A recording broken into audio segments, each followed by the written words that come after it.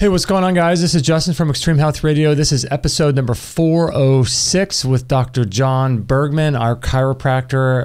Amazing guy. Love this guy a lot. And he's got a great practice. You can visit his website on the links below. But before we get into this video, I want to let you guys know that this particular episode is brought to you by a couple different products we really love. One is the Good Morning, Good Evening Qigong. Now, if you guys aren't familiar with Qigong, it's sort of a moving meditation, very similar to Tai Chi, and it's a really awesome way to bring a grounded, moving meditation into your daily practice of health and longevity. And it's a way to bring Qi back into the body, which is your life force. And I just really like it a lot. I do it every day. You can do this program for 10 minutes in the morning and 10 minutes in the evening. And I highly recommend it as an athlete who does a lot of weightlifting and a lot of sort of male energy type workouts. I'm very, very much into that kind of thing, hiking and weightlifting and deadlifts and things like that. It's very important, I think, to do the opposite type of workout, and Qigong is a really, really awesome way to work out. It's a way to bring more energy into your body, to revitalize and ground yourself, and to do this in a form of a moving meditation, which is super powerful, and I really like it a lot. It's something that I do every single day, and it's just really great to bring this ancient practice into your life, no matter what your current workout program is. A lot of people do CrossFit, jiu-jitsu, these types of things, but bringing this sort of moving meditation into your life, I think is really important. I'm a big fan of it myself, and if you watch this video by Tristan and Peter Ragnar, they go into all the different ways you can use Qigong, and they have these great power sessions you can do. Just awesome stuff, and you get a bunch of great bonuses. As you can see here, you can bring this copy with you anywhere you go around the world. You get access to the MP3s as well as a hard copy and digital copy as well, and these great bonuses as well. And also, I want to let you guys know too, this particular episode is brought to you by the Bellicon Rebounder. And if you guys aren't familiar with rebounding is a great way to prevent cancer. It's a great way to prevent disease, sicknesses, colds, flus. It's a great way to cleanse your lymphatic system, and it's a great way to increase bone density and to really, really just take your health to the next level in terms of fitness. And like I said before, I'm a guy that really loves the gym and things like this, but I do this every single day for 20, 25 minutes a day. And it's just really, really a great practice to get into. And you can find access to the Bellicon Rebounder. We've done the interviews with them as well. And if you go onto their website, you can check them out and learn about all the benefits of the Bellicon Rebounder. It's just a great tool, great machine. It's a great way to cleanse your lymphatic system. As you know that, whenever you get sick and go to the doctor, they always check your lymph nodes, and your lymph nodes is where your body stores toxins and poisons. And in order to prevent disease, you want to make sure that your lymph fluid and your lymph is moving correctly and moving efficiently. So I do it every day. Like I said, for 20 minutes, I watch a documentary and just have a great time on this rebounder. So if you guys are interested in that, you can check them out in our store. And our store's got tons of great stuff, from chemical-free cookware to workout manuals, to activation products, all kinds of really, really awesome products in our store. Dog food, facial products, cleansing products, biomat, all kinds of good stuff in our store that we're going to be adding to on a continuous basis. So if you guys go to our store, and we'll put a link to that as well on this particular show page, and you can check that out. So thank you, everybody, for joining us. I really appreciate it. This was a really great, fun episode with Dr. John Bergman.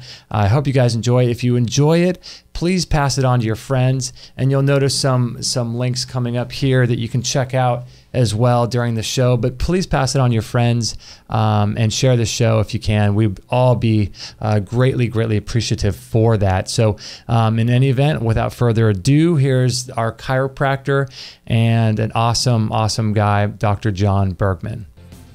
All right. Well, thank you, everyone, for joining us on this episode of Extreme Health Radio. This is episode 406. Is that correct? 406.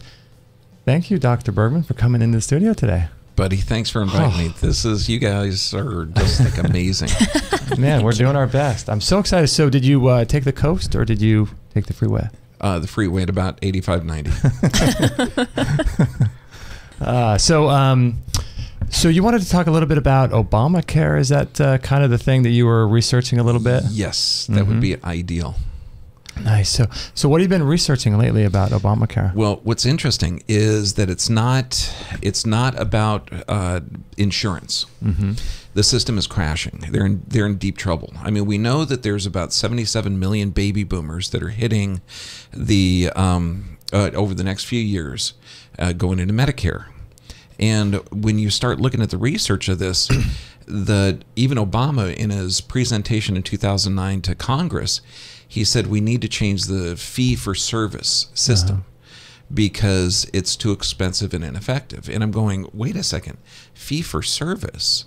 Mm-hmm. The entire medical system is based on getting paid for what you do.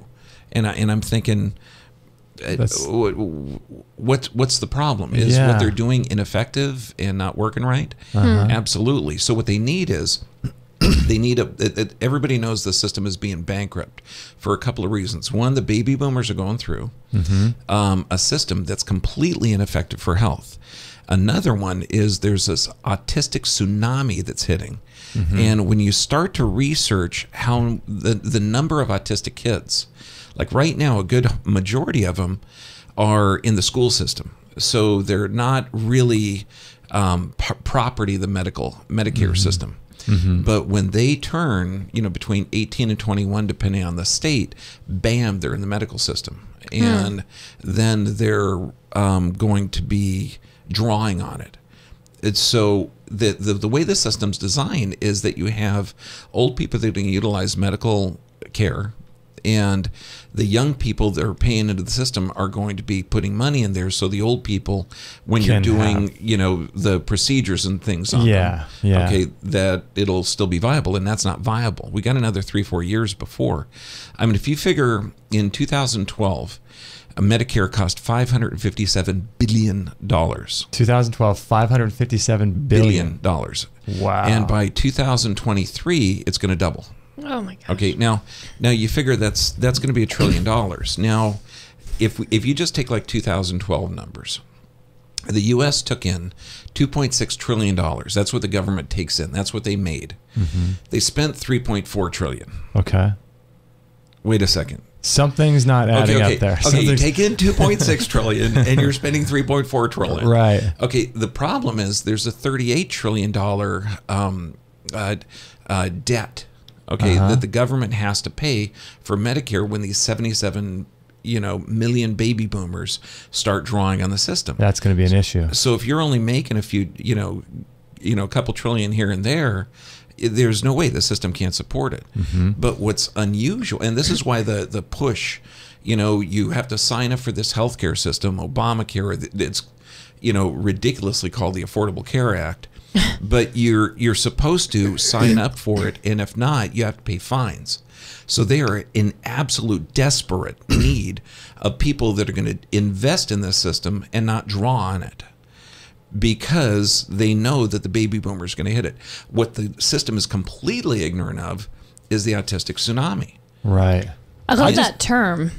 Because isn't that what's happening, but nobody's talking about it? It really is, because nobody really knows. I mean, if you take the CDC numbers, okay, and I mean, there's no more ignorant group of people than the administrators. There's some scientists there that are brilliant. Right. But the administrators, they're saying it's 1 in 100 autistic kids. That's what they're saying. That's what they're saying. 100.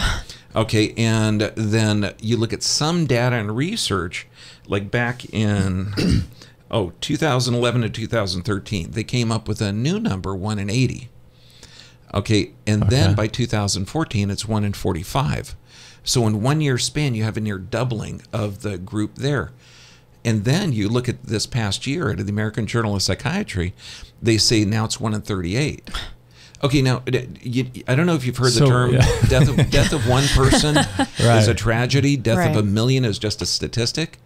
So if you boil this down, according to the CDC off their website, there's about 740,000 autistic kids. 740,000. If you look at the American Journal of Psychiatry, there's almost 2 million.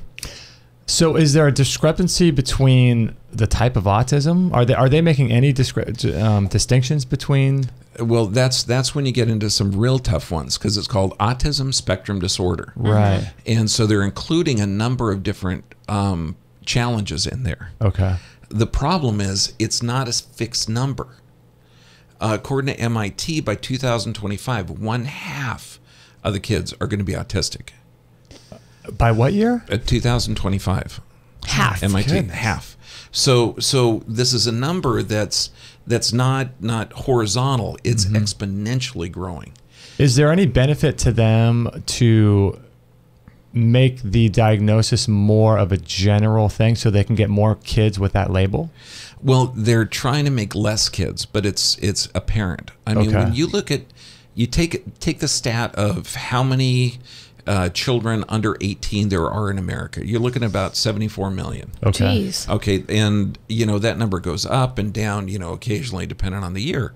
But when you look at, say, special ed, I mean, when I was a kid, and they used to have a shorter bus, I and know. they used to do jokes about the short bus I know. people. Right. I remember that. Yeah. I know. But this bus would go around to each different school, and since there were so few kids in special ed, it would pick up around the group and send it over. Now every school has a special needs class, and I mean, statistically, you're looking at about 13%, or currently, Wow. That's crazy. there's, what was it?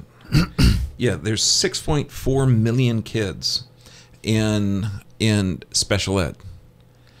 So now, how many of those 6.4 million kids could qualify for the autism spectrum disorder, or they have special needs? See, when you're talking about autistic, you're talking about The Walking Dead. I mean, you're talking about 94% of them will never work full time. Okay, what about the other ones that are functional autistic, or functional brain damaged, or slow, or attention deficit disorder, or all the other chronic conditions? Because 1 out of 2 kids today have a chronic illness or condition. Now That's insane. That's crazy. I know, and so crazy. no one's talking about it because they're not in the system. Slowly, they're filtering in the system. Wow. So how many kids by 2025 are going to be autistic? You said 6.4, or there's 6.4 million now. Right now in special ed. In special ed, 6.4 million. And it's real tough to find out how many autistic spectrum disorder there is. It ranges from a low number of 740,000, according to the CDC's website, which is psychotically off, or a high of 1.9 million. By the American Journal of Psychiatry, with using a 1 in 38 figure. So you're saying that Obamacare is not taking any of this into consideration in terms of the autism piece of all this? Well, I think they are, but this is the best they can do. Okay. Because they're tsunami? They need to get as much cash in the system as possible to keep the system afloat. So, they're trying to shove mattresses in the hold of the Titanic in order to keep it floating. Yeah. And it ain't working. So what's going to happen with, is it ever going to go back to private insurance? I mean, now that the government has people paying, I think the fine is a couple $1,000s a year or something like that.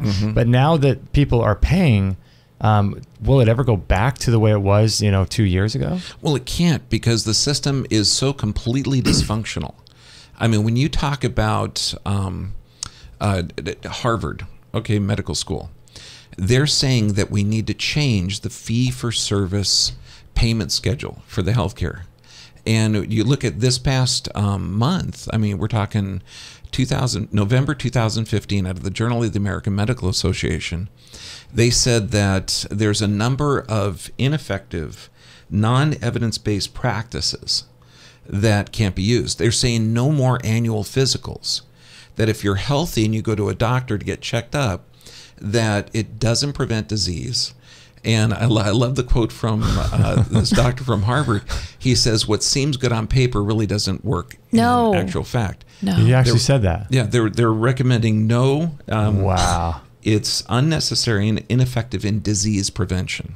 Oh. Okay, so now I thought that it would be good for them to get raking people, more money. Yeah, sort of get them in the whirlpool and get them involved in the system. And kind of, but what happens when you have insurance, or let's say you're paying into Medicare or any public or private insurance, you go to the doctor, you bill, and they bill for the services and they get paid.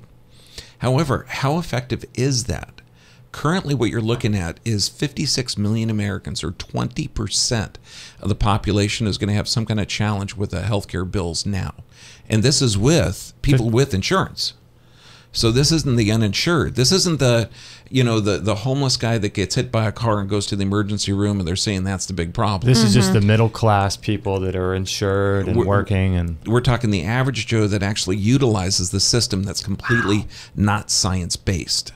And these are people that with insurance. I mean, Medicare or medical costs right now is the #1 cause of bankruptcies. Oh, I believe it. And these are people with insurance. So if you're in the delusionary state that your health insurance is going to protect you, you're completely wrong. That's totally not reality.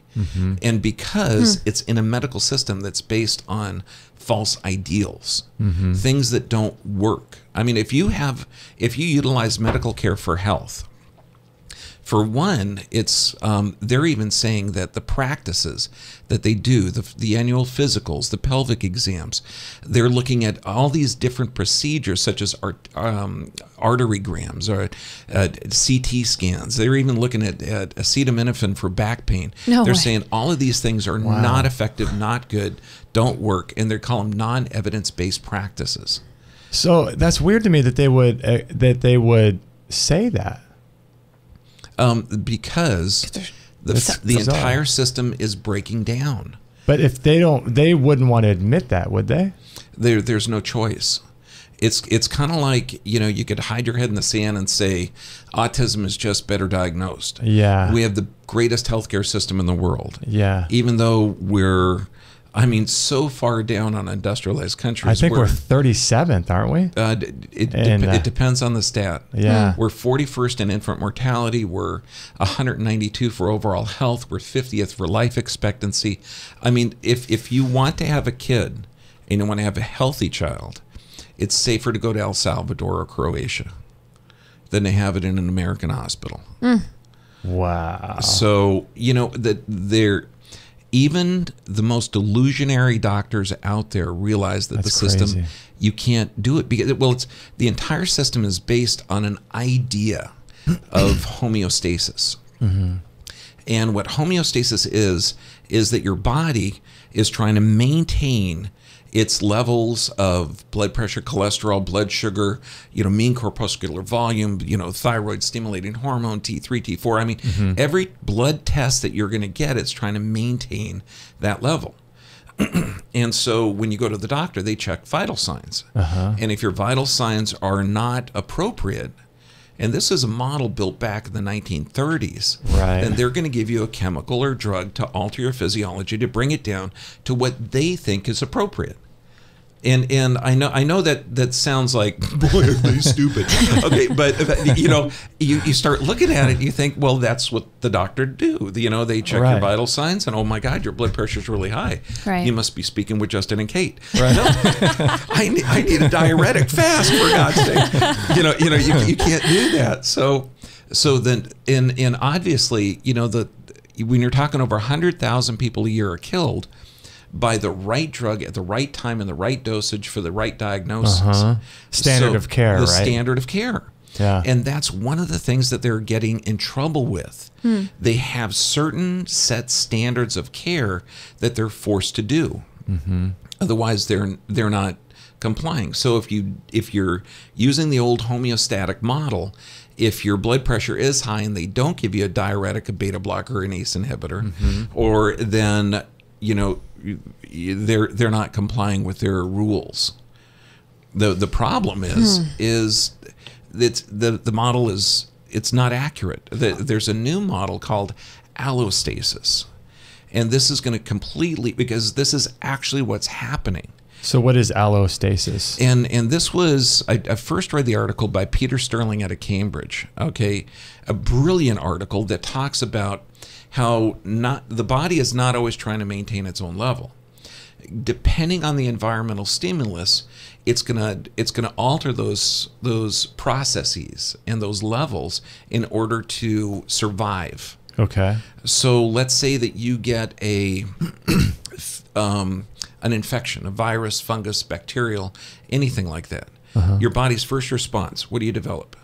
A fever. A fever. Fever, yeah. In the homeostatic model, you give a Tylenol or some type of antifebrile chemical to reduce a fever. Right. Now, even now, the doctors are saying, no, you should let a fever build because viruses and funguses and bacteria die at a higher temperature. Right. Also, too, for every 1 degree increase in temperature, your immune system doubles in speed. Does it really? So there's so many benefits of fever. And then when you're sweating, your body is actually detoxing. You know, in reality, this is what the body does.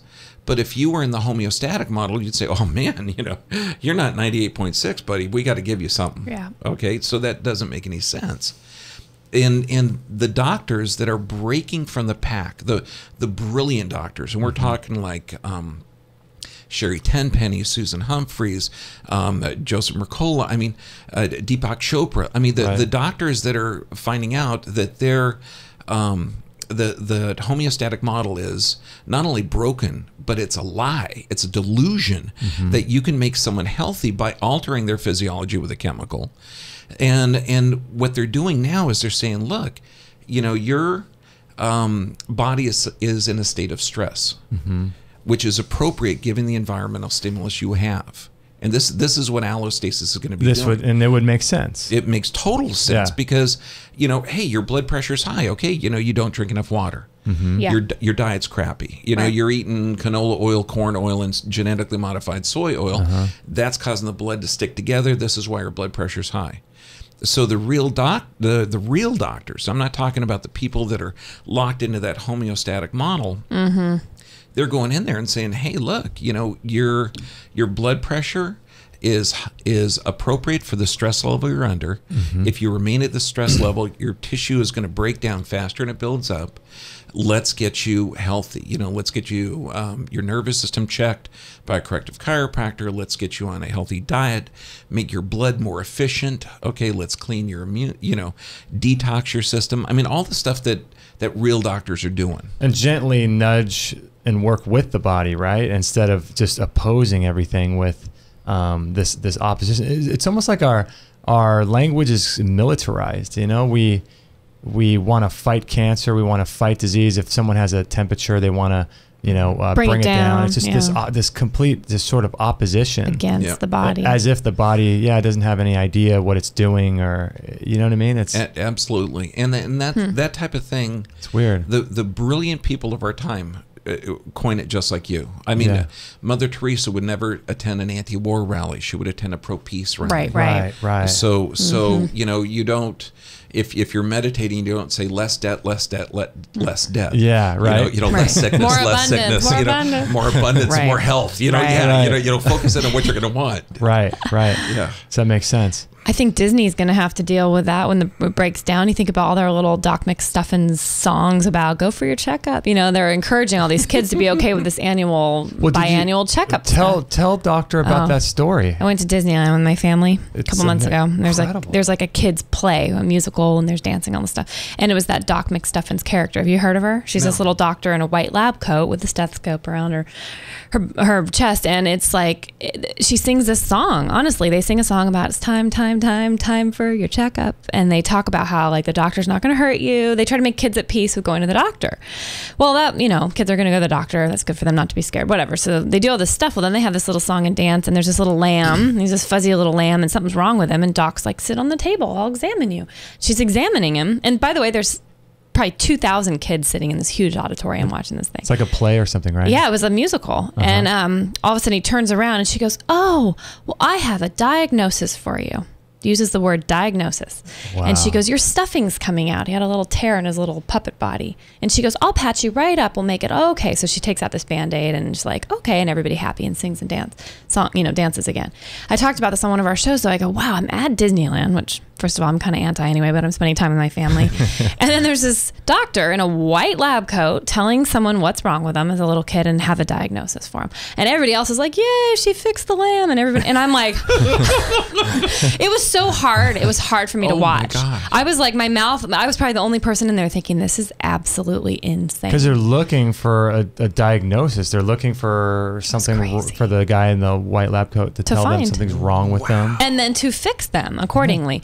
But I thought, isn't this funny if this all broke down when it will in this model? It's like, wow, that's not going to be so glorified to go in for this checkup. And, there's songs and kids about dancing and going for your checkup. And it'd be cool if this kind of thing really, you saw it go the other way. Well, it is. It has to. Well, poor Disney. It's amazing how pervasive it is in our culture. It's everywhere. You know what I mean? It's like within the media and TVs and commercial and Disneyland. It's just incredible how that's pretty wild. How deep it kind of goes. I heard Sesame Street. I don't know if they have it or it was just an idea stage that they have an autistic character.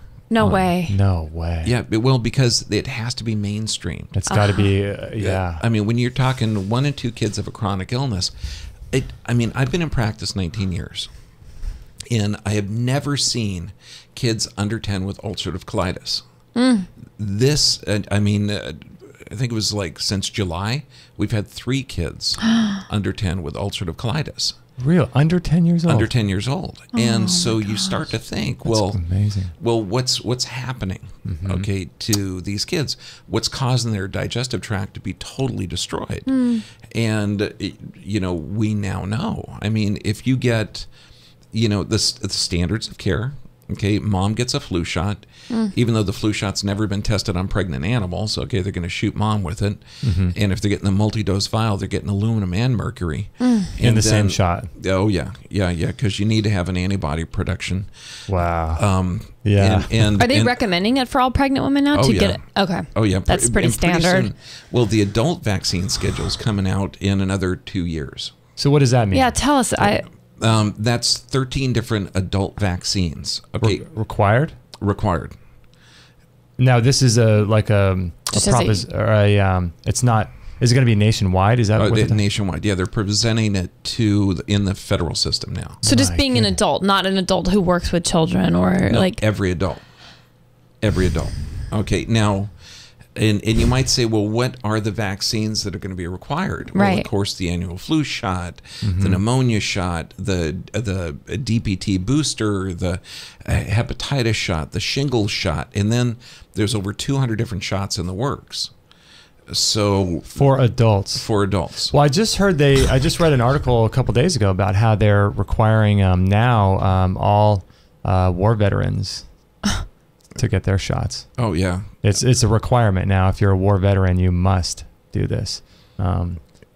Pretty. I wonder if it's still because Gulf War illness. I just read a study on how, and we're talking Lou Gehrig's disease, multiple sclerosis. I mean, all of these Gulf War illnesses are from the squalene and aluminum adjuvants or additives in the shots that they were giving them. All of them, or some of them, or a high percentage, or the Gulf War syndrome being caused by the squalene? Is that all that's of it? what they're saying. That's what it is. Oh my God! I mean, you got to figure in the studies that they're looking at.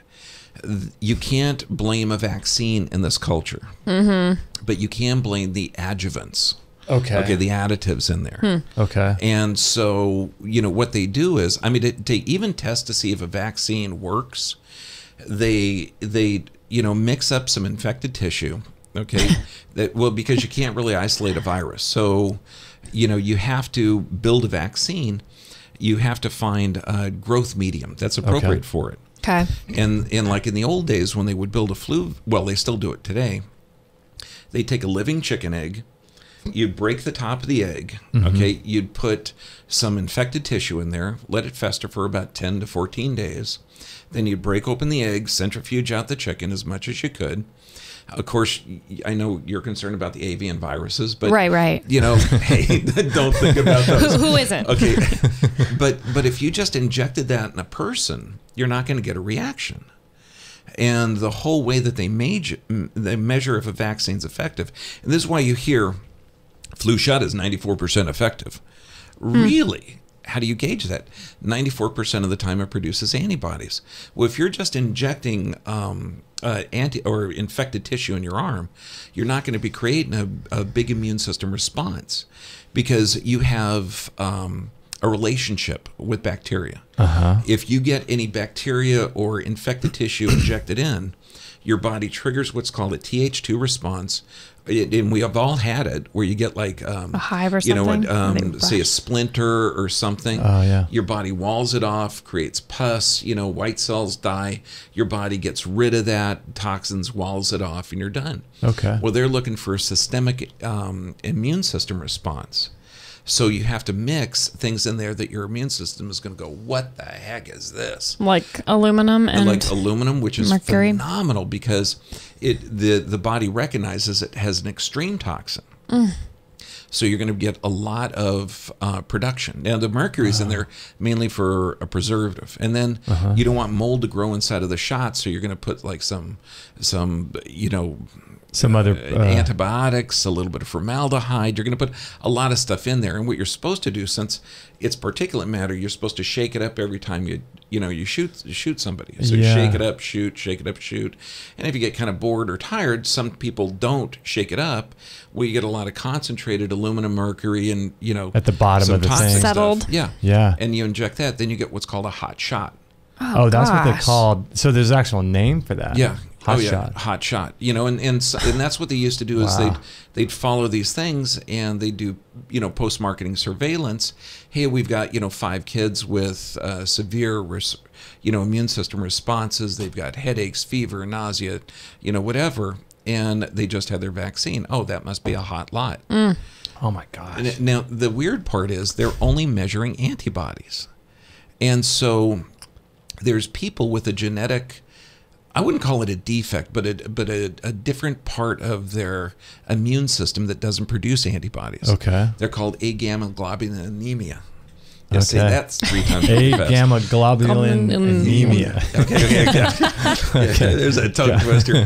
Supercalifragilistic. You should make kids books. Yeah, my next book is on kids. Is it really? It really is. It's not for kids. It's for parents to Oh, raise no way. kids. That's Very so cool. Very cool. So when you look at it, these people, they can't form antibodies. Okay. But when they're exposed to the measles virus, they develop the reaction, the Koplik spots and everything else, and they get over with it in the exact same time frame as someone that's producing antibodies. Okay. We also know that you could have a ton of antibodies and not be protected and develop a disease, and no antibodies and be resistant to it. So the antibodies is kind of irrelevant in terms of it's old marker. School. Yeah, exactly. It's old school thinking, but that's the only thing they can measure. So, it's kind of like the prostate-specific antigen test is completely ineffective. It's high in women who have gotten over breast cancer. It's not specific for prostate cancer, but they still use it because that's the only thing they can use. So women are showing up with this prostate-specific antigen because it's not specific for the prostate. Oh my goodness! It's not even a good marker. I mean, Dr. Stamey, who developed it, he said he's removed a few hundred prostates he wished he hadn't. Okay, and you look at the research and they say the era of the PSA test is over. Wow. And this is part of the medical system that I mean, I'm recommending people don't invest in it because in a few more years it's done. So then what? We go back to a new system. That's why it's kind of like being in the Dark Ages, but you can see the Renaissance. Imagine if you were responsible for your own health. Okay, that the way the tax system was based, you'd get a discount for investing. Like if you own a business, you'd have deductions. So if you're buying organic food, you would have a deduction for that. If you or joined a gym, you would have a deduction for that. If you had a bike or exercised or slept good, I mean, you'd have these a healthy for lifestyle write-offs. Yeah, if you can make it 20 minutes on a treadmill, okay, beautiful. Bam, you qualify for a lower rate. None of that stuff would work in today's system, even though that is healthcare. And I love this one. I love that idea. Tell you. That would be amazing. This sounds like it's the way it's going. For replace fee-for-service to take account for patient outcomes. And that was from Dr. Gorel from Harvard. Say that again? This guy, and when they're talking, and this was in an article that was talking about eliminating the annual physical. Okay. And he actually is a doctor that's for the annual physical. Okay. But he said that it's a great way for people to connect with their doctor. Okay. He knows that it's ineffective in preventing disease, that it's actually dangerous and toxic to take a healthy person to a system that's based on disease. Okay. But he says that we need to replace it to take into account patient outcomes. And I'm going, oh my gosh, that's what we do. Right. We do statistical, reproducible, objective analysis to make sure that we're being effective. We'll do a heart rate variability or post x-ray or something to document it, not how do you feel? Okay, so these guys, imagine this. Imagine if they were really responsible. You go in there and, okay, you've got high blood pressure, here's a diuretic. Okay, or a beta blocker, and he said, "Oh man, I gave you a diuretic. Now you got heart palpitations. Then you got to deal with that. Now you got to do. Oh, your cholesterol's up higher. Shoot, boy, I'm screwing up as a doctor. Okay, I should have actually taken care of you in the first place. Right. Okay, and get out of the dysfunctional fee for service or with patient outcomes not even considered. Wow. So in the next 3 years, or whenever we think that we're going to be at the precipice of all this kind of flipping around, are doctors are they going to wake up as well and be like, hey, what we were doing wasn't working? Do you think a lot of them are going to be like, something's really broken and start to join our world? Or honestly, I think doctors get into it for a couple of reasons. Okay, they have bills. They want to get homes and cars and have a job. Yeah. And then also, too, I think a majority of them really care. Yeah, I do too. But they're locked in a system that is based on a homeostatic model, which is completely dysfunctional, where they have standards of care that is completely toxic and ineffective for health. They don't get paid. I mean, if you sit down with a doctor and he says, look, man, you've got to change your diet to healthy juicing every day. You're over 50, you got to take some digestive enzymes. What I want you to see you do, instead of giving an antacid, I want you to get some bentane hydrochloric acid for a month to help break down the food. Real honest to goodness advice that's going to make them healthy in the long run. Right. Instead of getting paid for doing a test. Hey, I think I'm going to do what do they call it? A prostate sample. Okay, we're going to go in and drive a large gauge needle up in your prostate. Okay, to do a biopsy about between 12 and 20 times, and then we're going to squirt this tissue down in a dish and look at it under a microscope. Hopefully, we're going to find something. No, that's not a good model. It's not a good model. I mean, it's not a sustainable model. Yeah, you tell the man about how toxic sausages can lead to prostate problems, how prostate massages are, healthy diet, nutrition. Actually, be involved in the patient's outcome is brilliant. So one of the ways I'm thinking to myself as you're saying this, I mean, how can we get there? And there seems to be a couple different approaches. One is where we the actual medical model itself decides to change, which I'm not so sure that's going to happen because they have such a stranglehold on the finances through the pharmaceutical companies. But, and the other way is for people to start taking care of their own health. And at some point, the medical industry, and people forget it's an industry, right? I mean, this is a huge, I don't know how big of a business is. You probably know how much people are spending on the medical industry, but it comes from the people. And I think that we need to, as people, start taking care of our own health and then figure out, so if we all took care of our own health, at some point, we're going to need doctors less and less and less and less, as it goes on. And so I don't see it being that not profitable, but that it's not going to work to try to get the existing model to change. The people have to change, right? When you look at that's why I love you guys, because you are the future of healthcare.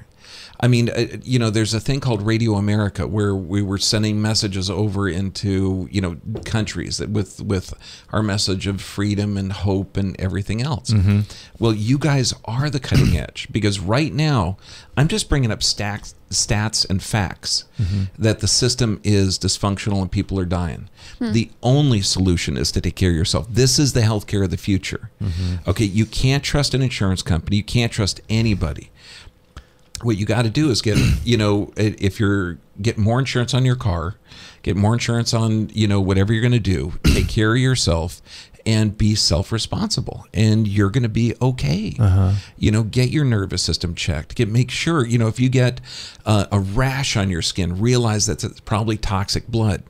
That you have to clean your blood. If you have trouble breathing, start to get into an infrared sauna, start to detox, go to a real healthcare professional that understands not to suppress these symptoms, but to actually have your body renew and restore, regenerate. I mean, everything that it's designed to do. Yeah, and I think that once we get off of the government tit and start really taking care of our own health, I mean, I just think that's where people need to go, because it's not going to change otherwise. And and the thing is, it's really simple, to take care of yourself. I mean, if what do they say? A pound of prevention, or an ounce of prevention is worth a pound of cure. To prevent disease and to prevent things, it's so easy, isn't it? If you can hear Justin's voice now, you are part of the resistance. I feel like Alex Jones or George Norrie or something. It's true. But it's true, right? You guys are the ones, because this is where it starts. You get people aware. They wake up and they go, my God, it's so easy. It is designed to be healthy, and it is easy. Yeah. Because if it's already healthy, it doesn't take much to keep it getting more and more healthy. Right? If it's already healthy, it's fine. But if you have a chronic degenerative disease, then you're going to start needing to do other therapies and things that you may need practitioners for. But to stay healthy is pretty easy. It's really easy. Pretty easy. And then you get like these psychotic, well, I don't know if they're psychotic, maybe just deranged. Just deranged. There's a political official. Okay. He's a pediatrician. Pan is his name. Not Peter, but Richard Pan. Okay, now he was speaking before Berkeley, and I saw this one, and it was just so mind-bogglingly ignorant. What was he saying? He said the most dangerous ingredient in vaccines is water. And he says more kids die from drowning than they do from damage from vaccines. And I'm going, what? Wow. And then one of the crowd pipes up and says, can you catch autism from swimming? And I'm going, no. Since we're forcing kids to get vaccinated now, can you catch it from swimming? What if, since drowning is so dangerous, what if swimming was required to get an education? Okay, would we force all kids to go swimming? And it was just like, wow. Who was this guy? What was his name? Richard Pan. Yeah, Pan. He's the guy responsible for SB 277. It's a California bill that's forcing all children to be vaccinated. It's going to be put in law pretty soon. Now, I heard there's some resistance and some people signing petitions to get that reconsidered and recalled. Is there anything going on with that? Yeah, it's going to go totally down. There's no way it's for sure going to pass, guaranteed. It's for sure going to pass? Oh, guaranteed. Guaranteed it has to. There's too much money behind it. And so this means that children, so what does it mean? It means children that are going to school, right? Preschool, and daycare workers? Yeah. Who else? People that work with children, right? Anybody who works with a child, like a nanny or anything? Yeah. What if you're like a volunteer, like I'm going to go work at a seasonal pumpkin patch, be around kids? What if you work in administration? Well, right. Yeah. Okay. So that's going to filter down to everybody. It's going to be everybody. It's hard because if you remember really, really hard way back in time, okay, I'm not talking dinosaurs. I'm talking like 2010. Yeah. Okay. Before the that. The land before time. T-Rex. No. They medical professionals were not required to get flu shots. Okay. And when that came down the pike, that was only in 2010. Oh yeah. This is really recent. Wow, this is really recent, and it's from. Well, the head of the CDC, I mean, this gal, Julie Gerberding, okay, she worked there for, I think it was 9 years, her tenure, or 8 or 9 years, and she was known as the Chicken Little of vaccines. You know, the flu is coming, the flu is coming, the flu is coming. Okay.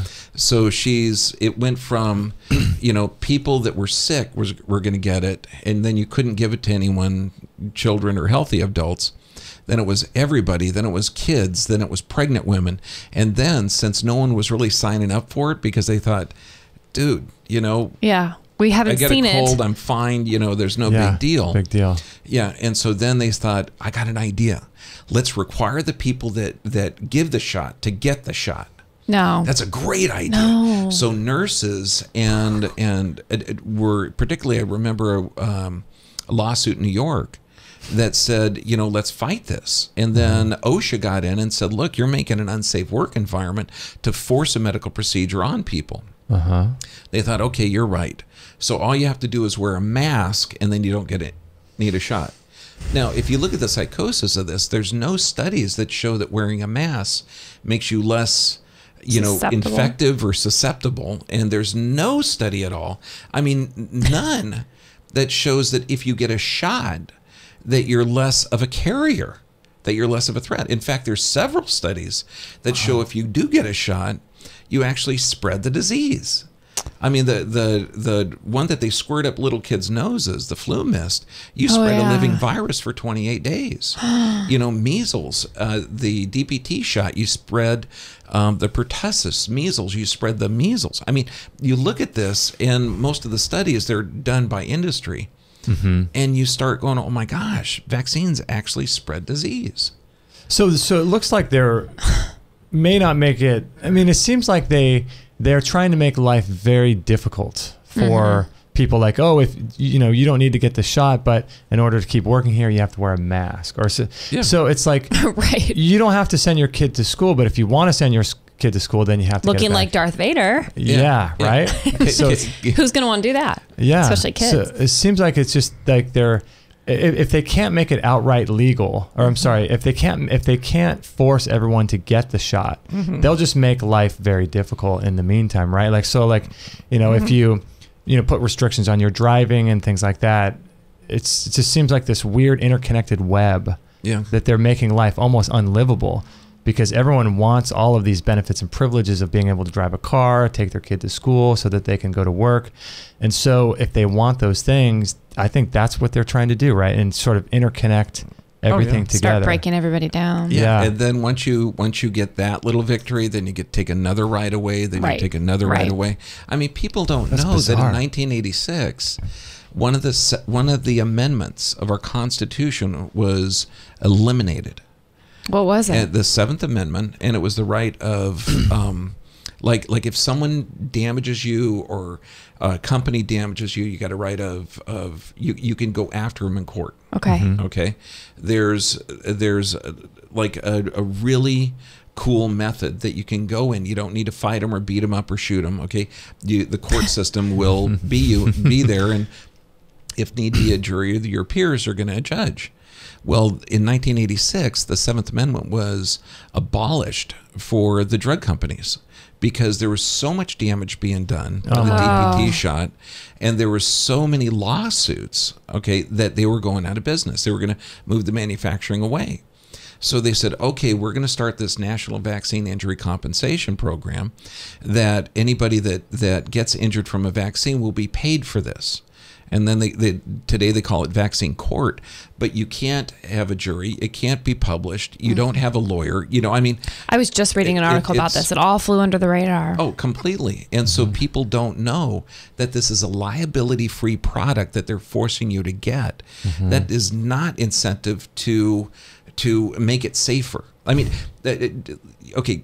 Children soon in California will be forced to get all the vaccines in order to go to school. If you don't get the vaccines, you can't go to school. Right. So if you don't get the hepatitis B vaccine, you can't go to school. However, if you're a child with full-blown hepatitis, you're not restricted from going to school. No way. If you got a kid that's full on acquired immune deficiency, okay, and they can go to school. They're not restricted from it. There's, you know, you get these kids with the diseases that they're being vaccinated for that already have it. That have it. They can go to school. Is that true with everything, like tuberculosis and everything? I mean, are there some things that they're like, this kid has that, they won't let you in? Yep, absolutely. There's certain contagious diseases that they'll leave out. Okay. And that's the way it used to be. And what was interesting is you would sign the exemption form, because we used to have informed choice or informed consent. Okay. Informed consent means that the doctor tells you about the risk and benefit of the procedure, and then you have, yes, do the procedure to me, or no, I choose not to. Right. Okay, that's been taken away. Okay, they used to have religious. You could say, hey, look, it's against my religion to have infected monkey tissue injected into my child. Okay, or in, you know, aborted human fetal cells, or all the other substrates that they make. So that one's gone too? Vaccines out of the religious? all the religious is gone. There's the personal them, belief's right? gone. The medical exemption is there, but it's almost impossible to get. Is it? Okay, I've got a couple of patients that come from Arizona, autistic twin girls, and sweet girls. I mean, just their mom is a saint. But they actually have compensation because they legally got in the court system, which is almost impossible. You're talking over 90% of the cases are thrown out. She took 9 years to fight this battle, and now she won the case. So the government said, yes, your children did develop autism from the DPT shot. Although you can't say autism, I'm sorry. They developed symptoms. Encephalitis, okay, which is brain swelling, of course, bowel damage and all the other things. And some people are calling it Asia, which is an adjuvant-related inflammatory condition from the ingredients in the vaccine. Nonetheless, the symptoms all show it's just same as autism. Yeah, so they got a medical fact, okay, I mean, proven in court, everything, that these kids were damaged by the DPT shot. If they go to school in California, they still have to get all the other shots. That is just incredible. Were they from California originally? No. Okay. No, and she's got a 9-year-old son who's completely unvaccinated, and shocked to be shocked, he's healthy. He's doing well. Like all the other non-vaccinated kids. How many in your practice? How many people come in with autism? You see a lot. Lots. We get at least a couple of kids a week coming in. New kids, and they all have bowel issues, and it's not just the autistic ones, it's the ones with this. And it's, if you're born in an American hospital, and because I do, you know, a third of our practice is under 12. Wow. I'll say, where were you born? American hospital. And typically the mom will say, oh, I had a natural birth. And I said, go in American hospital, that's nearly impossible. Were you given Pitocin and an epidural? Yes, I was. I was in there for 12 hours. They had to give me the cow hormone in order for me to get the contractions going. And I said, well, okay, that's a 60% increase risk of vaccine damage if you got Pitocin. So now the kid comes out within 12 hours, they get a hepatitis B shot. You know, God knows if the mom got a flu shot, okay, during the pregnancy. Does that happen too? All the time. Wow. That's what we were That's the standards of care now. They're pushing it. I mean, it's really like, you're at danger, you're at risk if you're a pregnant woman with that one. Oh yeah, it's beyond insane. So I get these kids in from everything from, you know, twisted ankle to, you know, asthma or breathing problems. And I'll say, well, which one did you have? Did you have ear infections as a kid, which is trauma to the upper neck? It means they had courses of antibiotics. Did you have skin rashes as a kid, which means the blood's toxic, and a histamine response? Okay, every time you get a vaccine, it's training your body to respond with an inflammatory process. Did you have bowel or gut issues? Okay, you know, and then do you have trouble paying attention or sleeping?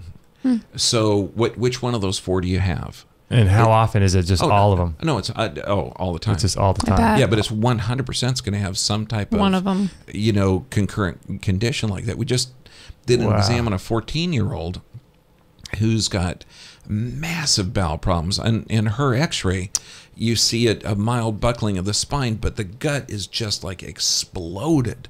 Wow. And the gut is where serotonin's produced. So does she have mood fluctuations? Yes. Does she have difficulty paying attention?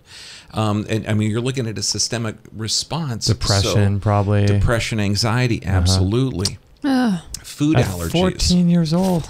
Food allergies. But that's why 1 in 2, 50% of those 74 million kids in America have a chronic illness or disease. I mean, in front of the gym I go to, there's a pediatric physical therapy business. And I'm going, what? I mean, in 20, 30 years ago, pediatric physical therapy. Yeah, what the heck? What would they have? 10 people in the entire country from accidents? No, this is going to be to help them with speech, to help them with movement, to help them with the neurologic damage from the neurotoxins that's in their system. Gosh. I mean, this is no longer... It can be hidden for so long, but now the system is so dysfunctional, it's coming out. So, I mean, parents, they got to be responsible.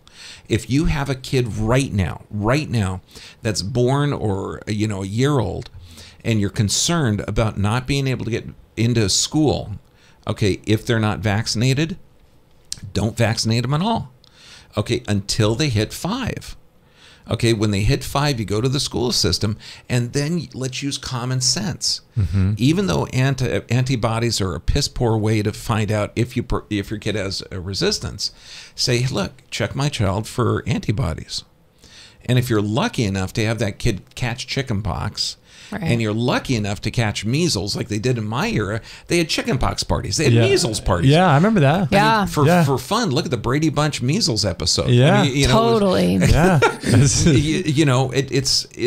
so, then if those antibodies, you can say, hey, look, then he doesn't need the shot. And there's no way they're going to give the kid 64 shots when he's 5. Okay, because that's the amount that they require or recommend. That they would have gotten, by the time they're, 5, 6 years old. So would that work if you showed the school the antibody results?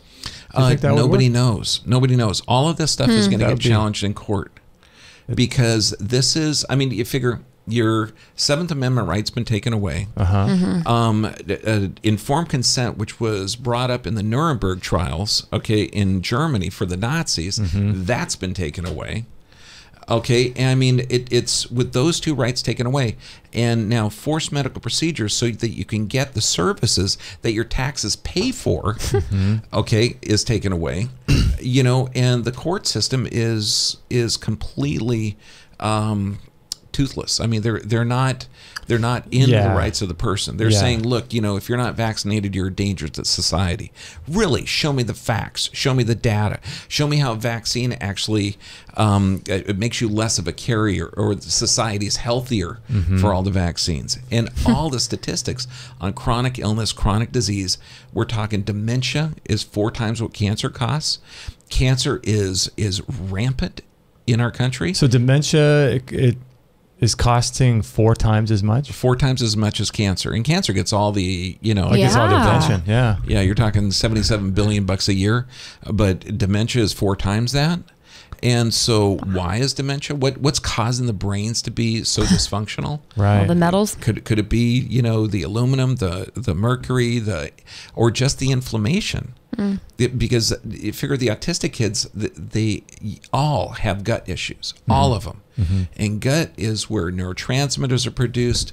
So does that mean that the person that gets their annual flu shot? I did this talk on Obamacare at my office, and there was a doctor there. And we're talking about autism and vaccines and the inflammatory response. I'm surprised he showed up. Well, it was really Gutsy interesting. doctor. It was really a friend brought him. Cool. Okay, and I says, Doc, now knowing that you don't have informed choice or informed consent, and that the vaccines are forced on you, they looked at me and said, nobody had to force me. I got my flu shot last week. Oh, and I said, really? Okay. When you're talking to people that think they know, but they really don't know, you got to say 2 things. As you know, and obviously. Okay. Yeah, so Doc, have to ease them into it. As you know, since 2013, they're growing the flu shot in not just chicken eggs anymore, but aborted human fetal cells, monkey kidney tissue, dog kidney tissue, and caterpillar larvae. Which one did you choose? Okay. 5 beats of silence. Okay, yeah. She said, you gave me a lot to think about. And so then I go in and I say, well, you realize 3 of those are neoplastic cell growth medium or cancer cells. So, Doc, as you know, one of the best sites to look up is the FDA.gov site. So if you go on there and look up neoplastic cell growth medium, you're going to find out that this is now currently in the flu shot. That is not just chicken eggs. So, wow, and that's even on the FDA. So that's a site that he would obviously lend credence to. Yeah. He would. Yeah.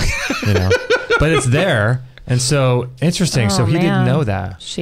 No, nobody does. Because if you look at the minimal research, you're not going to be doing this. Right. It's like, what's the risk-benefit ratio? Well, you figure, according to the American Lung Association, about, on average, 1,200 people a year die from the flu. Is it 12? 1,200. Oh, 1,200. 1,200. Okay, so still, out of 300 well be 12. plus million Americans, okay, you got a greater risk of getting struck by lightning. Right. Okay, so and when you look at that, the risk-benefit ratio just isn't there. So why? I mean, there's no study showing vitamin D3, even though that stimulates the immune system, and we're in a vitamin D3 deficient season. That would be good. Vitamin C would be good, but none of these are approved therapies. So I wonder, what's the solution in terms of on the medical side? Are there any? Do you think that the medical community and the medical industry? See, I think they just need to get creative, because in the same way that I think in Colorado, I think marijuana brought in something like $1 billion in tax revenue or something. It was massive what it brought in Colorado, and now all the other states are looking at Colorado as bringing this massive influx of cash from taxing marijuana. And I wonder if it will ever get to the point where, if the medical industry decided to change its philosophy and adopt some of these other principles, they could get in on because people are spending money on natural therapies. People are spending money coming to you and getting adjusted and getting their spine properly aligned. People are spending money on alternative therapies and colonics and things. If they could ever get in that world, there's a ton of money for them in that. Oh, buddy, there's so many doctors out there that are developing different approaches, like Gabriel Cousins. Curing diabetes, Julian Whitaker, Whitaker Wellness Center. I mean, he goes in there and everybody gets checked by a chiropractor, and they work to get their body healthy so they don't keep taking the drugs that alter their physiology. You look at Sherry Tenpenny, an osteopath who is she a medical doctor or like a regular? She's a DO. Okay. An osteopath. And Susan Humphreys, she was a renal specialist. And she was deep in the medical system. I mean, all of these people, Deepak Chopra, heck, he was running a medical clinic and just passing out drugs right and left. And was he really? That was his past? Oh, because I see him as like a spiritual kind of guru guy, meditating all day. But that's what he was doing? He felt that he was passing out drugs to fix problems of the other drugs. And then someone, one person after another told him about this Ayurvedic, and he says, yeah, I'm familiar with it. It's kind of legendary, and it's been around 5,000 years. Yeah. But he gets into it and finds out that, he had an awakening, an enlightenment. And when these doctors start looking into this, that my God, the body is smart. Okay, the reactions that it does to, given the environment, is intelligent. You work with that intelligence. That's what we do. You give the body what it needs. Look at Linus Pauling. He developed orthomolecular psychiatry, and he was able to get severe schizophrenics functioning in society just by giving them the nutrients that they needed. It's just like, really, it can't be that. If you have a child and you want them healthy, you give them vitamin D and vitamin C. If you have an adult and you want them to be healthy, you give them healthy nutrients. You don't feed them toxic food. You exercise them, play them. And the body's, this is the hardest concept for anyone to understand. Health is the natural state of the body. That's it. You already got it.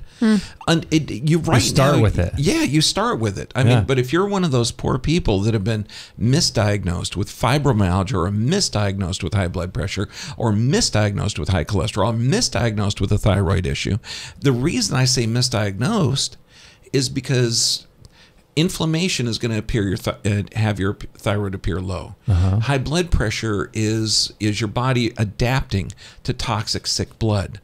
Okay, fibromyalgia is a collection of symptoms that, with covered up by drugs, you get worse, and all of these are recoverable.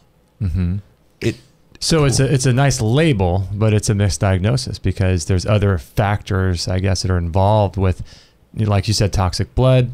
People with high blood pressure, exposure to heavy metals, things like that. That's the real issue, right? Absolutely. Not the diagnosis of the high blood pressure. Yeah, I'll get people in their 70s and 80s, and they say, yeah, doc, my blood pressure was like 130. It's really high. And I'll go, well, wait a second. I'm sorry. Let's talk about psychosis here. Yeah. It used to be 100 plus your age when we had less dementia rates. Okay, as you get older, your arteries don't get as flexible, and blood systolic has to go up. Right. And I mean, when you look at Europe, you look at England, you look at India, they're all saying that the rate should be different. And then I tell the guy that, about 8-9 months ago, JNC 8 is now in its Joint National Committee. And these are the committees that decide on the levels of everything. Oh, really? JNC 7 was everyone needs to have blood pressure of 120/80, and for every 5 millimeters of mercury up, you have this rate of disease. Okay, now it's 159/95. Wait a second. What is 159? That's now the blood pressure, and you're not going to medicate unless it's over 159/95. They made that call, huh? Yes. Wow.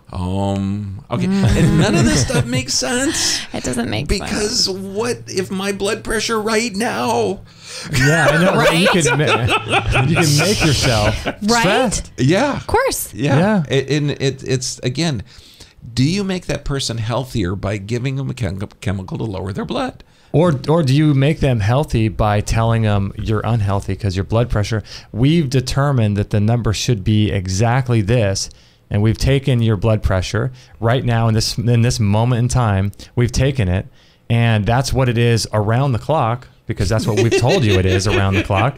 And I mean, and we took it while a tiger was chasing you. I know, right? But that's what you are. That's what you are. My blood pressure is this. Right. But it's really, we're such dynamic beings. I mean, our blood pressure changes with every moment of the day. I could take a bath and get, have really, my blood pressure could change.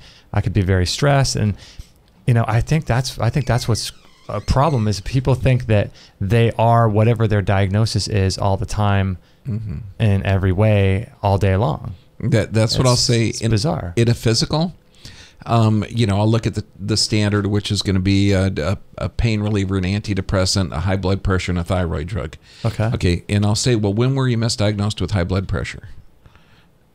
And, and I'll say, well, we'll go over that later. When were you misdiagnosed with a thyroid issue? And they must look at you crazy. Yeah. But they're taking the drugs, they're following the medical system, and they're finding out it doesn't work. So yeah. Wow. So what do they do when they tell you that? They'll shake their head and they'll say, "What do you mean?" Or they'll say 10 years, and I'll say, we'll go in and I'm going to walk them through. I said, well, what I'm looking for is your body has these physiologic presentations, your body, and it giving the physical, chemical, or emotional stressors. What I'm going to do, I'm going to find those stressors, and then if we solve it, okay, then you won't require the medications. See, I don't tell people to stop drugs, because in their psychosis, they think that the drugs are keeping them healthy. What I tell them is sick people need drugs, and I say it harsh like that. Nice. So that they can wake up a little bit. And I say, what would happen if a healthy person took the same drugs you're taking? They would get, and they always say sick. And I said, that's the challenge, because as we go through this process and get your body healthy, if you're still taking the same drugs that you were when you were sick, you're going to remain sick. So we have to set up a dialogue with the doctor, with the guy that gave you the drugs, Okay, so that he can understand that your body is healthier, and then he will help you remove them and decrease them. Do you work with people or work with the set up that dialogue? No, I tell them to call their doctor, because doctors never want to talk to me, because the doctors are in their standards of care, and if a person has this number, they're getting that chemical. Yeah. So, you know, if they get the cholesterol or blood pressure or this or that, you know. So I educate the patients, and I send them home. If they don't have a wrist blood pressure checker, we'll send them home with one. And I show them how to take their blood pressure. And when they it is a vital sign. It is a vital sign. It must be vital. Well, what we do is first I show them how to breathe. And I show them what diaphragmatic breathing is. And I said, okay, you got to sit down with your arm level with your heart for 10 minutes and deep breathe. Okay. Simple stuff. Simple stuff. But to walk people through that, I'll say, do you want to take blood pressure when you're running upstairs? Do you want to take it when you're bike riding? And they'll say, no, of course not, because it would be high. Oh, so what you're telling me is that blood pressure goes up and down depending on need. And then they'll say, yes, of course. Okay, well, in order to get the same reading, we need to get your body in the same metabolic state. Every time. Keep it so normal. It takes 10 minutes deep breathing. And then you call up the guy that gave you the drugs. I typically don't use the term doctor. Okay. And I love that. The guy who gave you the drugs. Yeah, call up the guy that gave you the drugs. Okay. And tell him that you've made some lifestyle changes, because, you know, you can't really tell him, look, we found some pressure on the nervous system that was putting my body in a stress state, and so my body adapted by high blood pressure. That would blow their brains. Yeah. Okay. So you go in there and you call them up, say, look, I made some lifestyle choices. These are my numbers. Which one can I reduce? Okay, they'll say this, and, you know, to cut this one in half or take this one away, and I'll keep monitoring it. So now you can have the patients working with the guy that gave them the drugs. Yeah. And what's wild is it only takes them a little bit of time to find out, wait a second, I've been taking this drug for 10 years, and within 2 weeks, my blood pressure is the same reading without it. Wow. You know what's amazing is that you have a thing on your wall. It's a letter from a patient that I think there's a bunch of pills that are on there, or bottles on the wall that represented all the medications that she was taking. And if people that are listening ever get a chance to visit your clinic, that letter is, I think we posted a picture of it. We took a picture and put it on our Instagram, I think, Kate. Yeah, we did. But it's just a fascinating letter of a lady that got off, I think she was on 21 different medications or some incredible number. Yeah. Unbelievable. There's unbelievable. And that's considered today's healthcare, you know, where one drug is given for the side effect of another drug. And it's the system. That's why it doesn't work. It's expensive, and it's not effective in achieving health. That's why our population's so sick. So you're saying before that the SB 277 is not going to be repealed? No, it's for sure going to pass. It's for sure going to pass. It already did pass. It's just going to remain passed, right? Yeah. The way our rights have been taken away. I mean, you got to figure, if you want to control a population, you get a healthy, confident population. It's hard to control. You get a sick, scared population. Yeah, easy. Like, they're not going to say, hey, look, let's get healthy. Let's get your shot. No, the flu shot's coming. 36,000 people a year die. Yeah, get your shot now or be dead. You know, I mean, or be dead, or be dead, or just be dead. Yeah. You know, so it's got to be a fear-based system. Yeah, so, It's not going for optimal health, because that would require, or that would. It just wouldn't be a good situation for them, because having a population that's this strong and healthy and open-minded and able to make clear, rational decisions, that's not where you want people, right? Definitely not. Yeah. And then you talk about like 85% of the adult population not getting regular vaccines. Okay, you're thinking that's a huge market. Oh, you mean if people don't get vaccines and they want to be healthy? No. Is that what you're saying? No. Why SB 277 is passing? It has to pass. Oh, okay. Because the next step is the adult vaccines. And it's already happening, right? It's already happening, yeah, because it's just such a good market. I mean, a liability-free product? Come on. Yeah. No court cases. No liability. Man, let's make some toasters that explode, you know? I know. And sell them for like nothing, you know? Yeah. If we have no liability, it's okay. You could do anything. Yeah. Wow. I have to say, we got this really cool email. We ran into a woman that we've met at your office, I think, that found out about you through our show, which was cool. But she ran into us one time when we were at your office. And we become friends with her. And we saw her the other day, and I wrote her and said it was good to see her and all this stuff. And I said, how's your health doing? And she wrote me back, and I'm not going to read the whole thing because it's personal, but she said, my health is much improved. I am off all medication. It's just people we know now. It's not just a story on a wall. It's like you probably hear it every day of like, my last pill bottle went down, the trash can, or my pills went down the toilet or whatever. It's like, she's so excited. Like, this woman struggled with some pretty big severe health stuff, and she's completely medication free. And I'm telling you, just awesome. 19 years, I've never had a patient come up to me and say, I felt so much better when I was taking that antidepressant. Isn't that wild? I just felt great. I bet though. Yeah. I bet. I had tons of energy when I took that beta blocker. Oh man, it's phenomenal. It's phenomenal. Yeah, it's awesome. This is everyday miracles for people. It's cool, and it's just equating them with that their body is healthy naturally. This is how it works. Yeah, and it's pretty cool too, because you start getting people off the medication, and it's funny because people are on so many different medications, and the interactions between those are such that the medical industry hasn't really completely studied all of the interactions. So you have someone taking 5-10 different medications, or sometimes more, but then they work so hard with their doctor or with the guy that sold them those drugs. Sorry, I shouldn't say doctor. The guy that sold them the drugs. We can't call them drug dealers. That's probably rude. Yeah. But they work so hard, for a year or two to get off of all of these drugs. And the cool thing is that after that, that's just getting basically to baseline. That's getting to zero. And then after that, they can start juicing, or maybe they have the whole way. But after they get off all the drugs, then it's like, okay, then they can do all these things to get healthier and healthier and healthier all the time. You're just upping the ante. Yeah, you're going from the negative into the positive. Super exciting. It's really cool. You see them wake up, because no longer are they victim. They don't have that victim mentality. It's like, oh no, I can take care of it. I got a cold. Great, my body's going to develop a fever. Right. It's really exciting. So part of what you're doing with people is educating them as well, because we come in for our adjustments, and you're constantly telling people, talking about supplements and different protocols they can do to help heal themselves. So part of what you're doing is the education piece as well, right? Absolutely, 100% of the time. We had this one physician's assistant. She had a chronic twisted ankle, twisted all the time, and she comes in with a walker. And I said, okay, come on, sit down. And I took the plastic shoe brace off of her and adjusted her talus. And she said, what are you doing? What are you doing? Oh, hey.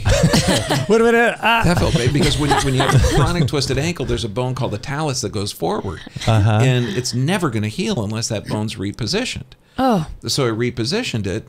And then I showed her a little exercise to start getting the blood to flow to it. And then I told her, since it was like more than 24 hours, start putting moist heat on it, and it's going to heal. She walks in the office the next day with no walker, a slight limp, and she says, it's never healed this fast. And I said, hon, it's never going to twist again. I'm going to show you a couple of ways to get it better. That's awesome. And people that come and see you too, they are probably in desperate need of learning how to take care of themselves with diet and nutrition as well, on top of the approach that you're taking. So it's like this whole comprehensive guide. We talk to people all the time. They find you from YouTube, and they find all your talks there. I think you have, how many talks do you have on YouTube? I think 550, something like that. Incredible. We're always doing more and more every week. I think we topped 90,000 subscribers. So right on. That's so cool. But it's like, think of this. How many people are going to listen to this, and how many people are going to hear it recorded? Right. We're infecting people with health. With a new idea and the new renaissance. Yeah. It's really cool. I feel like we need an evil laugh, like You can do way better than I can over here. We're going to take over. Actually, we're going to give the world back to the people. Yes, and that's exactly what it is, right? Yep. Giving it back to the people. I like that. Yeah, and for people so much hope. Yeah, for people to know that they have options. I think that's one of the biggest things that we, I feel drawn to let people know, is that it's not as if the medical industry has the corner on every treatment that could work for people. You know what I mean? Like they say, you know, here are your options for healing, or here are your options, as if those are the only options in the entire universe. And they know them. Yeah, they figured them out. They know what they are. Right. And we don't know anything. There's so many healing modalities out there that work and that are so incredible for people. And I want people to know, like, the work that you're doing, helping people, is incredible. It's really fun. Next week, I'm speaking in Canada towards a group of people, and a couple of, this one guy that invited me up, he flew down and he had everything you could possibly imagine. I mean, diabetes, high blood pressure, blood sugar issues, everything. And within a week, he had lost like 15 pounds. He'd cut his smoking down in half. In fact, I met him in 1 week with organic American Spirit tobacco. Because think of it, he's a 4-pack a day smoker. Okay. And how many doctors have told him to stop smoking? Hundreds. So I said, look, if you're going to smoke, here, do some organic tobacco. It has less, it's still going to harm him, but it's going to be less. And now every time you smoke a cigarette, I want you to do it, at least a quart of juice per pack. And he said, okay, I could do that. And he developed diarrhea, which was great because his body's detoxing. His energy level shot up. We started to check his blood pressure. That normalized in a couple of days. And he was saying, I can't believe your TV. And I said, what do you mean? Watching the American television, the drug commercials, and then all the effects on it, and they get it in Canada too. He lives up in Toronto, and it's the same thing. It's like you got to be insane to realize that this drug for healthy sleep can cause death and bleeding from your urine or something. Yeah, right. Wow. So I didn't know they had that in Canada as well. Where they have all those pharmaceutical commercials. They don't. They get some American TV. Oh, he said, I can't believe your TV. Yeah, when you come down here, it's like crazy. Wow. Oh, Canada. Wow. So you just did a talk. We came into the office the other day, and you were in where were you in some other state that you got invited Tennessee. to? Tennessee? Yeah, Tennessee. I spoke in Tennessee last month. It was so much fun. Was that cool? It was so much fun. 1,600 people in the audience, and it was a very dynamic group. Whoa. And you figure I'm going to speak before a group of people that 70% are probably getting the flu shot. Okay, maybe. Okay, and so, a lot of them look at me as Antichrist. So I thought, okay, so 1,600 people in there, and I say, okay, I want to make sure my message is right for this audience. Okay, and I start a lot of talks like this. Everybody stand up. Okay, now sit down if you, a friend, or a loved one has had your life impacted by cancer. Okay, sit down if you, a friend, or a loved one had your life impacted by heart disease. There's two people standing up. If you, a friend, or a loved one had your life impacted by mental disorder or autism. Okay, and I look out, and I said, now look around. And there literally were about 4 people standing up. Wow. So I said, well, my information won't pertain to you 4, but you're more than welcome to stay.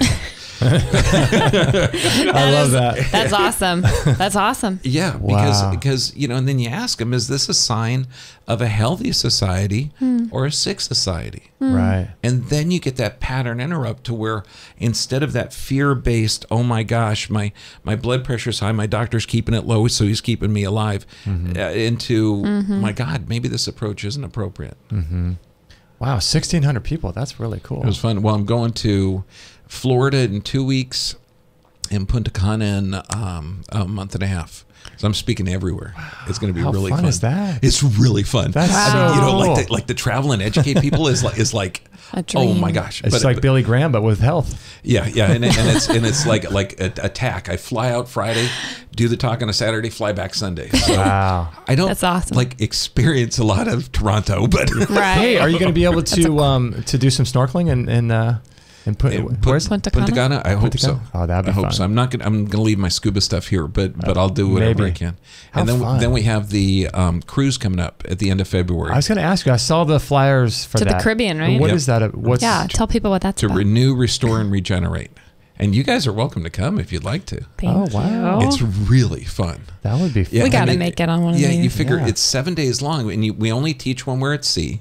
Okay. So we've got a couple of speakers lined up, and we're going to talk about how the body works, how to reverse disease, and how to maintain health. And then on the days that we're in port, we get to experience Grand Cayman, Jamaica, Mexico, Cozumel. I mean, it's just a blast. Wow. What are the dates of that, in case people want to? February 21st to the 28th. Okay. And it's, you go to owners-guide.com Okay. /cruise 2016 /cruise 2016. Yep. Okay. And it is just, oh my gosh. So this will be your second one? The second one to the Caribbean. Yep. And you've done one to Alaska, right? We're going to do one in Alaska coming up next year. Okay. And we did one in the Western Caribbean in this past February. How fun. That was a year ago. I know. Isn't that wild? Oh, I feel like you guys just went. I know. It's Crazy. so much fun. Yeah. Because, I mean, then in between, the teaching, at nighttime, let's go up, let's look out over the Caribbean, just talk. I mean, you get to really connect with people. How cool. That's so cool. So how many people go? Last time we had about 50. Nice. Okay. So this time I think we'll probably have about 75 or so. But and you're going to try to you're making it an annual thing? Oh, yeah. Yeah, because this is just... It's too much fun. I mean, I don't... Thank God bless my wife, okay? Because, I mean, I find work fun. And the weekend of our wedding, okay, like, when you get married and then the next weekend you're supposed to do what, honey something? Something about honey something. Yeah, I took her to a seminar in Washington. Go harvest some honey? Did you really? Yeah, we had this chiropractic seminar in Washington, and it was like, this is our honeymoon. And it makes sense in my brain. Yeah. It was just, people would give me that look like, oh my God, you're married to a saint. or you could be us. My favorite memory, we just had our 10-year anniversary on 2 days ago. Oh, cool. It was pretty cool. But the funniest thing about our wedding is you think, the day of, people are getting sentimental and reflective about what they're going to do and blah, blah, blah. I get all ready. I'm having this girly time. And I knock on Justin's door to go see if he's ready. And he opens the door and he's like, you look pretty. Come on in. I'm watching these conjoined twins being separated on TV. I'll never forget it. I was like, that's romantic. So... and I don't remember if they were successful or not, but I'll never forget it. A match made in heaven. That's when you know you have a match made in heaven. Honeymooning for a seminar, or I love it. Watching the surgery channel before you get married.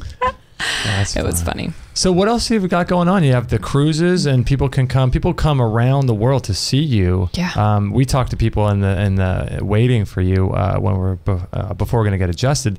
People come from New York. People come from Europe, Australia, all around the world.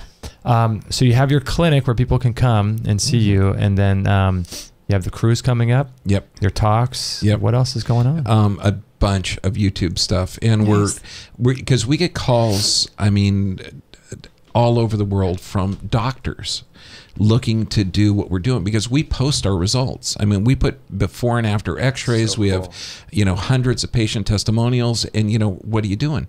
So we're starting it's called Chiropractic Corrective Systems, where we'll be training doctors in the system. Oh, nice. And so currently, I mean, I'll do some adjusting, and we'll put that forth. Like, I just talked to a gal in Australia this past Saturday, and I'm going to demonstrate on a model the adjustment that she needs in order to regenerate her hip. And so we'll post this on YouTube. That's how a lot of the adjusting videos that we have are up. Okay. Because a doctor would say, hey, how are you getting such changes in the neck? Well, we don't turn the head to adjust it. We, work with proprioceptive responses. I mean, it's like technical terms, but we actually work with how the body views itself in space. Interesting. And if you stimulate it correctly, you can reverse arthritis. Obviously, you change the autonomic nervous system, which is like goosebump stuff. Right. Yeah, you can change blood pressure and everything else. Wow. It's neato. Wow. Neato. That's really cool. Yeah. Amazing. So the website is owners-guide.com, and you also have an arthritis reversal system program too, right? Yep. That's that, and we've got a couple of other systems coming up, and our YouTube channel, John B. Chiro. John B. Chiro. Yep. And you could just type in Bergman and any subject you possibly could think of. Okay. And it shows everything. And we've got some more talks coming up that are amazing. And the next book I'm writing is on kids' health, and that's really exciting. That's going to be cool. Wow. So you give talks every Tuesday at your clinic, right? Yep. And then you give talks at the Living Temple once a week. You're always on their schedule. Yep. Which is cool. Is that once a week? Every other week. Wow. Except like in the holidays, then since... I mean, people don't want to go there on Christmas and they don't want to go there on Thanksgiving, which blows me away. Right. So sometimes I'll do it like multiple weeks before. And okay. Wow. Do you do your talks live? Can people watch your talks live in any of the two places? Not yet. Okay. Not yet. We're trying to develop a streaming thing, but that's above my pay grade. Okay. My son does all the filming and editing. Okay. And he's the genius there. Okay. Well, that would be really cool for people too that are, in Florida or some other places want to watch you live. I know. And Awesome. then both my sons, we're all going to a couple of seminars, so hopefully I can get them both involved in the business. Nice. I mean, working with your kids, oh my God. Right. That's awesome. Yeah. Especially if you like them. Well, thanks, Doc, for coming in. Yeah. I can't amazing. thank you folks enough. I mean, really, you guys are changing lives with this. Any chance I get to do. Ah, cool. Thank you. I mean, what's neat is it's so hard to find people that are genuine, loving, and caring. And this isn't just, you're not doing it for anything other than to change the world. I mean, that's really cool. Thank you. I'm so blessed to know you guys. Thank you. Likewise. Vice Jeez, versa. Oh man, we're blessed. Thank you. Thank you. So owners-guide.com. And is there anything else? Please share the show with your friends. If you know anyone who would benefit from the show, please share it with your friends. There should be a little like button that you can do that, or a share button on Facebook. This is episode 406. Wow. Is that right? Look at you. Look at me. You've been taking some memory boosters. I know, right? So Your drug dealer's been giving you some good memory boosters. some ginkgo biloba. Your ginkgo dealer. My ginkgo dealer. So yeah, thank you everybody so much for joining us on this show. We really appreciate it. Share it with your friends and join us every Friday. This is a special Sunday morning show. Thank you, Dr. B. Thanks to Dr. Bergman being able to spend Sunday morning with us. Thank you. Honor. Typically, we are live Friday mornings at 9 a.m. Pacific time for people to come and listen and join this chat room, make some friends, things like that. So we really appreciate it. Thank you so much for joining us. We'll catch you guys on the next episode. Hey, everybody. This is Josie, Justin's mum. Don't tell him, but I know he would absolutely be really happy if you would sign up to his free weekly newsletter. And don't forget to share this with all your friends. This is the buzzing bumblebee signing off. That's so good.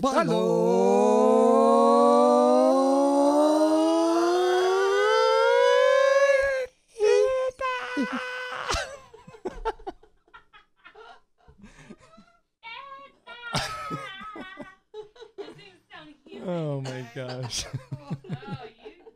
No material on this blog is intended to suggest that you should not seek professional medical care. Always work with qualified medical professionals, even if you educate yourself in the field of live food, nutrition, and alternative medicine. I'm not a doctor, nor am I offering readers medical advice of any kind.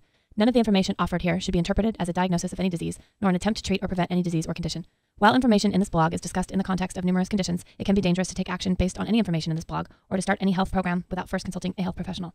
The content found here is for informational purposes only and is in no way intended as medical advice, as a substitute for medical counseling, or as a treatment/cure for any disease or health condition, and nor should it be continued as such. Always work with a qualified healthcare professional before making any changes to your diet, prescription drug use, lifestyle, or exercise activities. This information is provided as is, and the reader/viewer assumes all risks from the use, non-use, or misuse of this information.